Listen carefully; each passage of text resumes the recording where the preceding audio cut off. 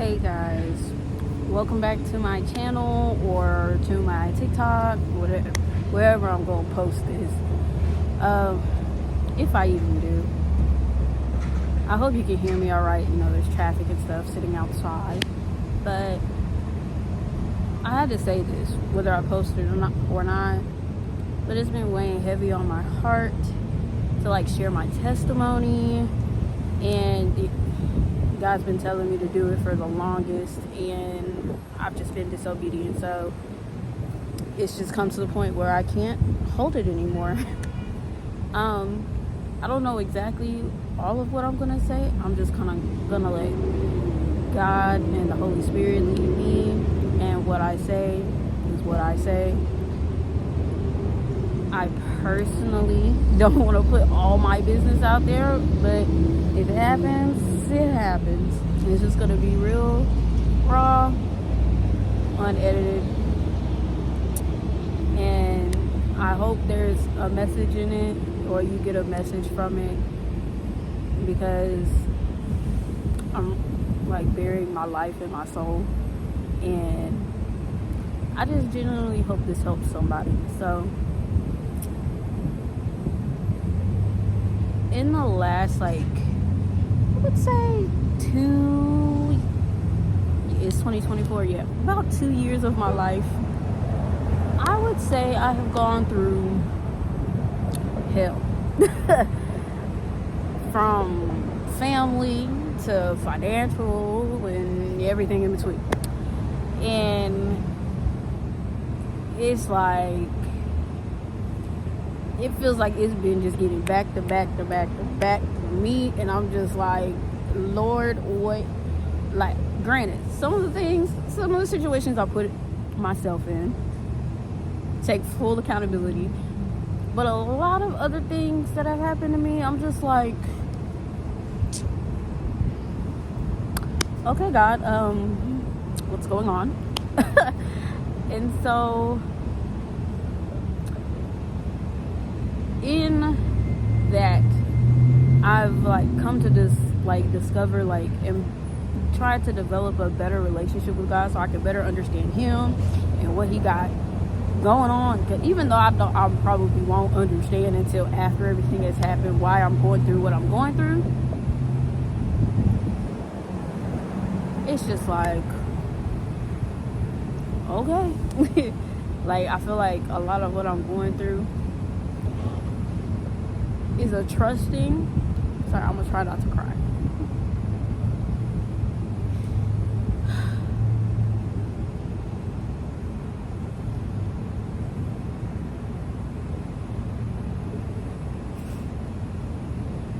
God, I've never cried on social media before, but it's a trusting, a faith in God. I feel like that's really what's been happening.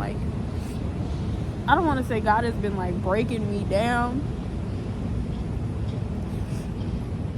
but sometimes I can be a little delulu and not see or accept things for how they are and for what they are, because it's not how I feel like it should be. And I feel like over the last 2 years, I've noticed that, I guess you could say, regression, where I was in oh yeah, I'm gonna be okay, and ain't nothing gonna happen, and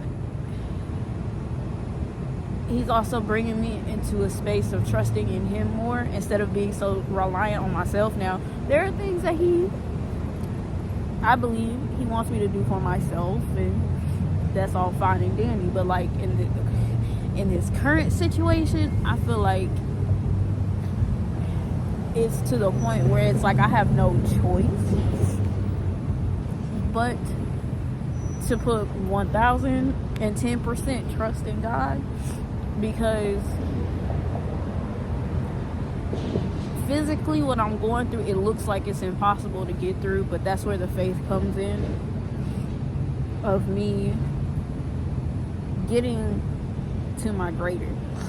In my walk of trying to learn God better or learn him more and seek him, I came across actually this one woman.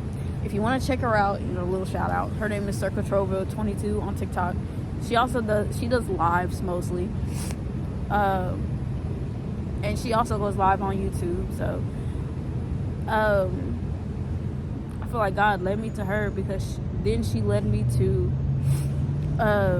basically the lost books of the Bible. And it's called the Old Testament Pseudepigraph. I think I said that right. I actually have the book right here. I don't know. It's backwards, but by James Charles Worth.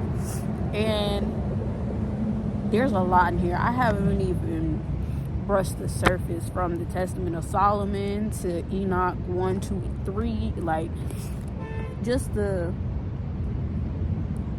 stuff that I've studied with her so far, and not even by myself yet. But that brings me to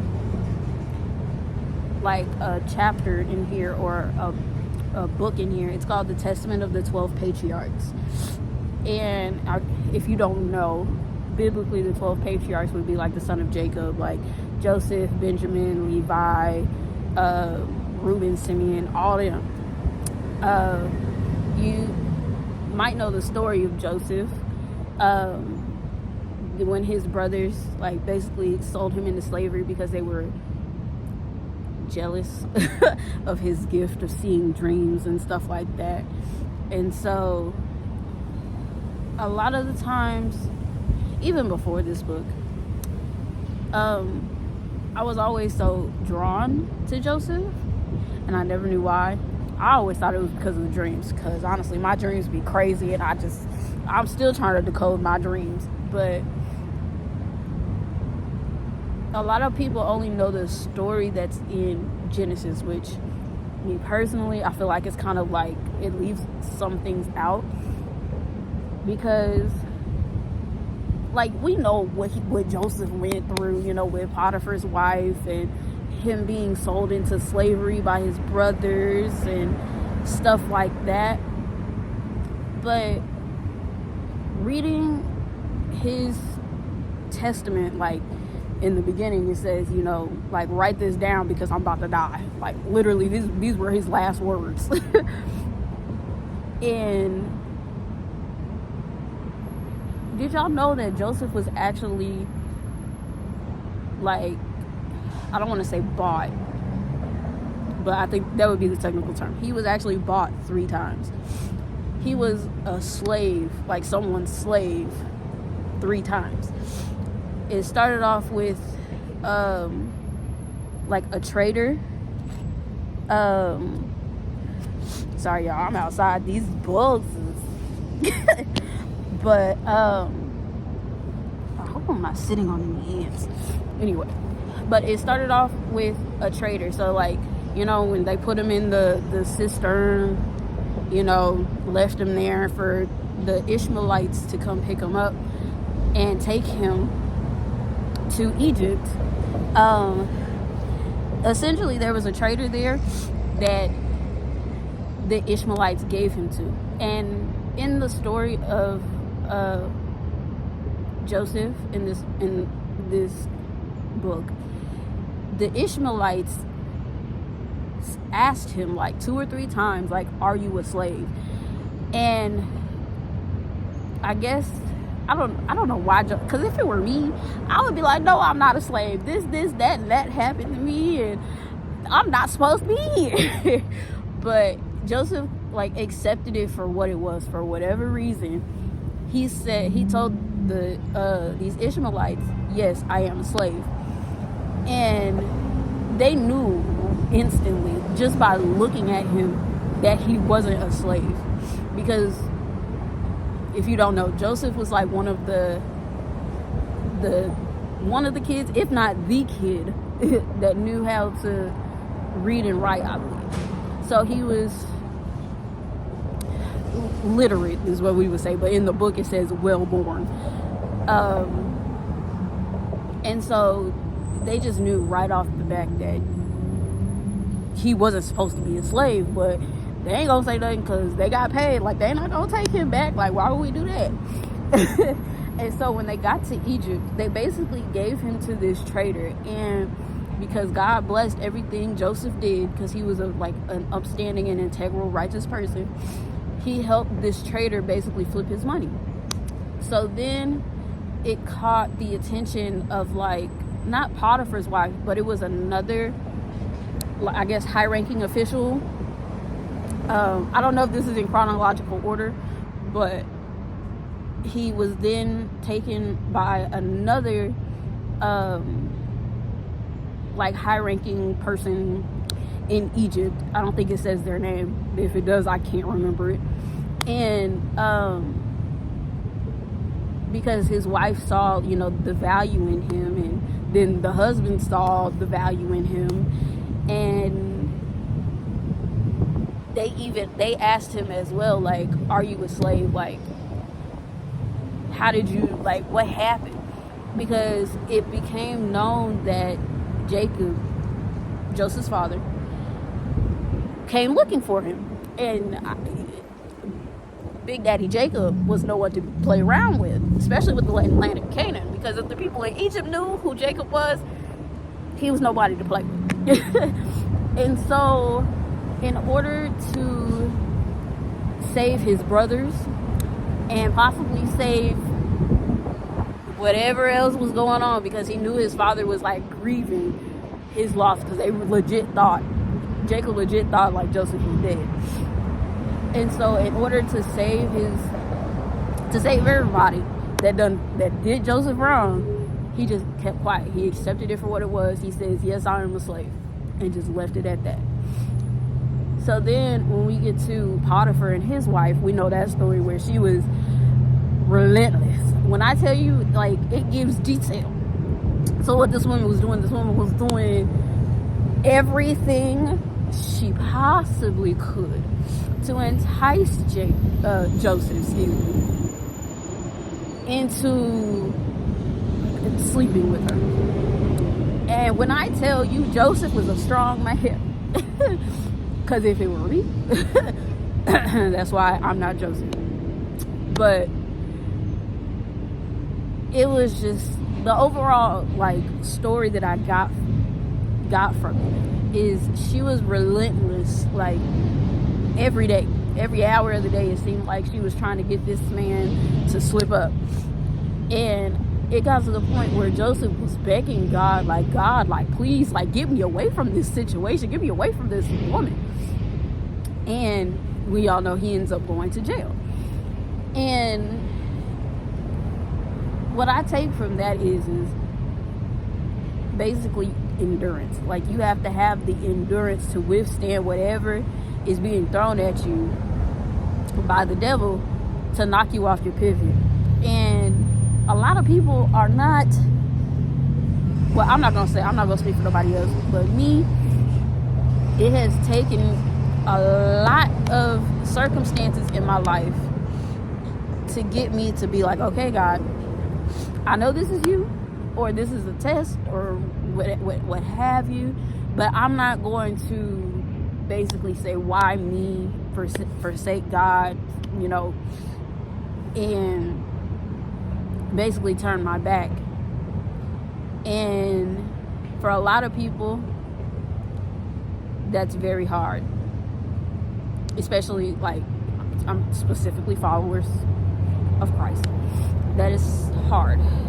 And for me, that's hard, because turning my back on God, for me, looks like being self-reliant, like hustling, getting to the bag, all that, like doing it by myself. And I'm not saying that it's bad to, have that mentality, or, that work ethic. Let me say that. It's not bad to have that work ethic, but when you have that mentality that I have to do it by myself, you take God out of the equation.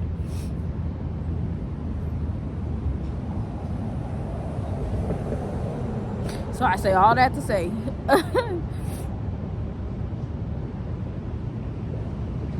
that being self-reliant only gets you so far.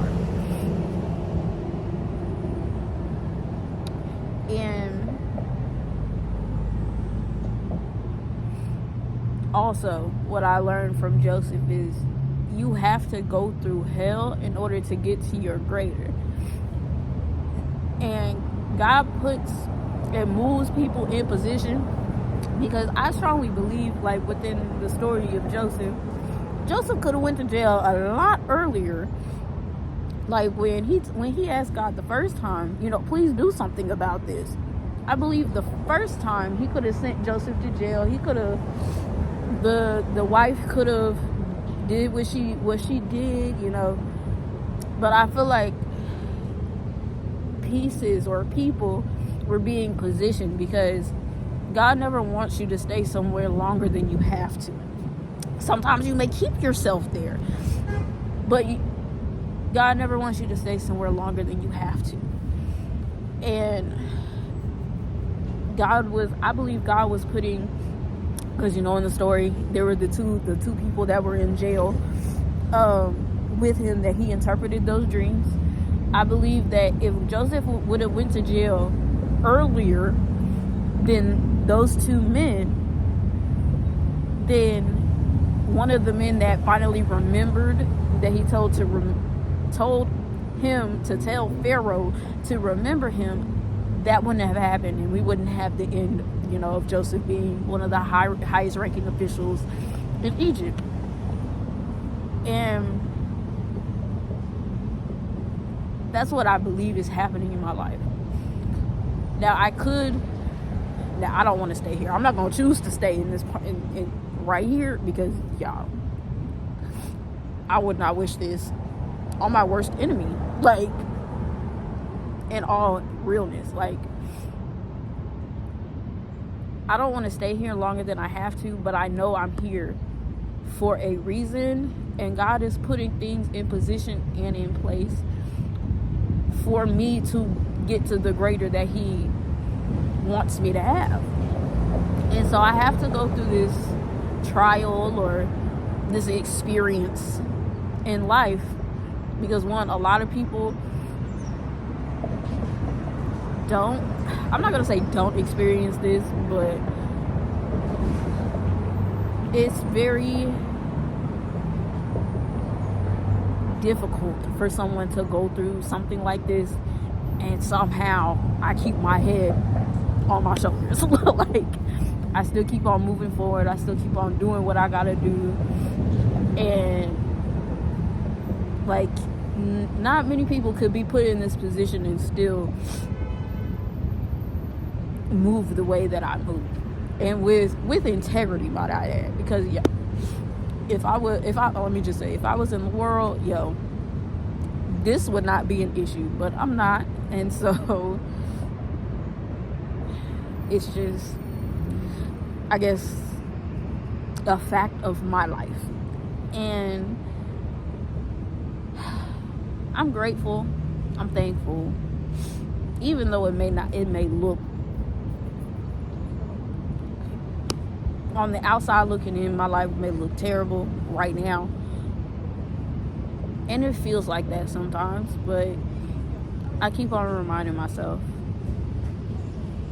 that there is greater, because I'm like, I'm not here for no reason. Like I said, I may have put myself here, but I ain't here for no reason. Like,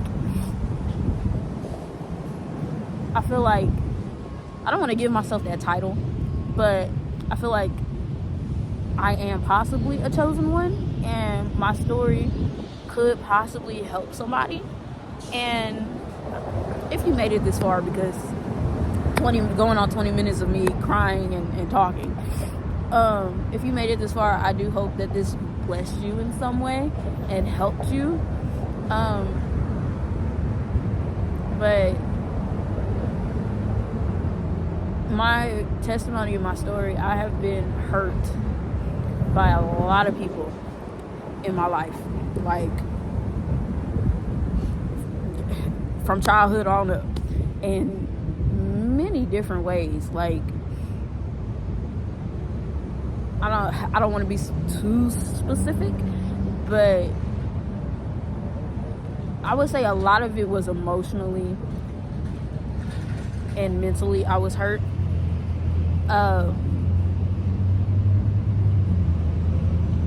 And I don't know how I got over it. I just, one day I was just like, okay, well, here I am. Like, I honestly can't tell you if I've truly healed from it. If it's still, one of those little things that I'm dealing with. I honestly can't tell you, because the way that I deal with people nowadays is very kind of like, I'll talk to people, but I'm very what is the word, careful when I talk to people, because you never know if you're entertaining an angel, whether it be good or bad, and you don't know if that angel is bad and is a monitoring spirit and just wants to get information on you and yada yada yada. So that's why I always try and test the spirit of a person, because you just never know. And so that could be a factor. Like, I really don't have myself down to case study 3627, like, I don't have myself down like that, but I do know a lot of it has to do with, like, discerning people, and not everyone is supposed to be, like, I'm not supposed to be friends with everybody. Like, that's just what it comes down to, because I have been in that position where I have tried to be friends with everybody and it didn't work out. Like, so I say all that to say, it's like, I'm here. Like, y'all can reach out to me. I'll probably try and, like, edit in my like, social medias, but I do genuinely just want to build community. I am a mom too, and I've had my own issues with, the father of my child and stuff like that. So outlooks that I have could help somebody else if you so choose. But I just do really want to build a community of people, that help one another. We can share each other's testimony, like, with no judgment and stuff like that, and just really get to know each other and be a family, because that's truly what I want, is family, community, learning, studying God together, like, truly, just building a relationship. And I feel like I've been lacking in that. Now, with the woman I said I found on TikTok, I have found that, but I feel like I've been told to share my testimony to help others too, because I can stay there, but when I feel like I've been given an assignment, I have to listen. I just can't stay stagnant and be like, oh, like, that's what I was called to do. I feel like is to build community, share my experience with other like-minded individuals, get closer to God, and make it do what it do. Like, because I feel like other things will come from it. Other good things will come from it. So yeah, that's pretty much all I have. Sorry. Well, I'm not sorry, but thank you for sharing your time with me. And hopefully I'll be posting more videos. But I love you. God definitely loves you. And I hope you have a wonderful day.